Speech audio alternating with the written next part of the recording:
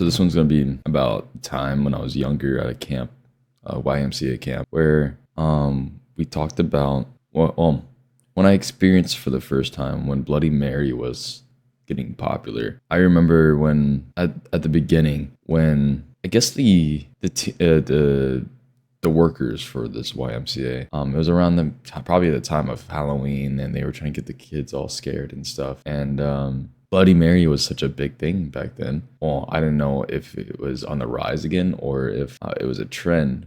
But I remember when the workers at the YMCA would make it sound like there was actually like someone in the walls or something like that. And it was scary at the time. And I remember this back room to the YMCA it was just a bathroom in the back, and you had to like go up to this walk and go to the back near the bathroom, and it was like near the backstage. There was this stage. It was like a gymnasium, right? We had this big giant gymnasium that we would hang out, play Nintendo DS, Beyblade, all this stuff, and we would go to this bathroom, and they said, "Hey, say Bloody Mary 3 times in the bathroom, and something will happen, and you have to turn around." And during that time, I guess the workers at YMCA would, try to convince us that there was an actual Bloody Mary, and that like people would have their back scratched, or like there would be evidence that Bloody Mary was actually there. And during that time, I guess it was kind of convincing to me.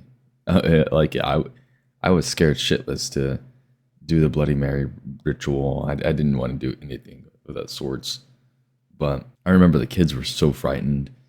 Another thing was like they just made it seem scary. I don't know another way of saying it. They just made it seem like Bloody Mary was an actual real thing. I never knew who Bloody Mary was until later on in life. But I mean, Bloody Mary, I think, was really a big point in my life where I enjoyed the thought of being scared and like enjoying horror games. Probably one of the main reasons why I like Resident Evil 7 Biohazard so much. One of my favorite games. And honestly, single time from that moment, like when I was younger, I would go into the bathroom and like have the thought of saying Bloody Mary 3 times. Just like think about saying it every single time when I was in a dark bathroom.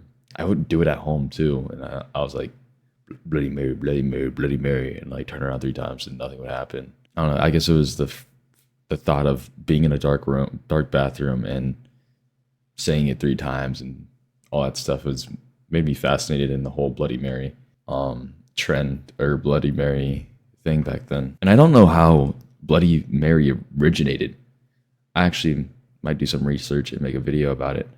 But it's a cool fact that Bloody Mary was such a big thing back then. To think about it now, I guess it might have been popular for like right before the Slender Man. During that time, I think creepypastas and all that stuff were on the rise on the internet, and I think that was like the boom for like scary stories and scary things back in, I don't even know what year this is. This is so long ago. What I mainly remember was Bloody Mary being like a figure in like horror stories and horror things just when we were younger. So yeah, I just wanted to talk about that today.